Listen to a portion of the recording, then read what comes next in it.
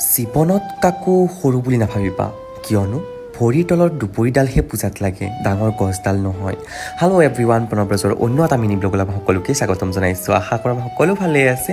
ৰাতিপুৱা 6 বজাতে আহি ওলালোহি লখৰা। আজি দেখি গম পাইছে চাগে, কাৰণ বহুতৰে কুৱেশ্যন এটা যে য়াংকিক তোমাৰ লগত বা তোমাক য়াংকিৰ লগত আজিকালি নেদেখোৱেই যে।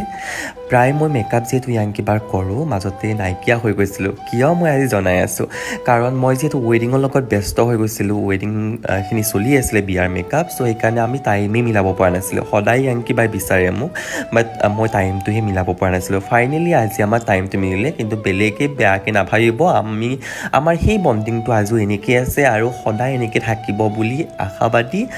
আৰু আমি সদায় এনেকৈ থাকিম।